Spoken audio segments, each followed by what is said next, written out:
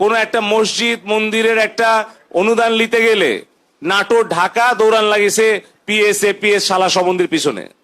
আজকে অন্তত পক্ষে আমরা তো মাসে 2 দিন হোক 4 দিন হোক এসে তো জনগণের কাঠগড়ায় দাঁড়াচ্ছি, জনতার আদালতের সামনে তো আমি অন্তত জবাবদিহি করতেছি। 2 জনের যদি চাকরি দিতে পারি 10 জনের কেন পারলাম না, তার জন্য আমার গাইল খাওয়া লাগছে। এটি শুনেছেন মাসুদ, এই যে আমাদের একজন শারীরিক প্রতিবন্ধী ছিল, আমি ওকে বলেছিলাম যে তোমার ব্যবস্থা করব, একটু 2 মাস অপেক্ষা করব। 2 মাস পার হচ্ছে, 3 মাসের সময় এসে আমাকে কিন্তু জবাবদিহি করা লাগিছে। বলেছে এর আগেও তো আপনি একই কথা বলছিলেন, খেয়াল আছে? হ্যাঁ, মোবাইলে রেকর্ডিং করে বাই করেছে যে এই যে আপনি কছিলেন 2 মাসের মধ্যে চাকরি দিবেন, দেননি, এই যে রেকর্ডিং করে রাখিছি। এই যে জবাবদিহিতাটা, তাতে একজন জনপ্রতিনিধি জনগণের কাছে সবসময় জবাবদিহিতার কাতারে থাকে, তখনই কিন্তু স্বচ্ছতা এবং জবাবদিহিতা নিশ্চিত করা যায়। যাই হোক, আমি আর কথা বাড়াবো না, আপনাদের কথাগুলো শুনবো।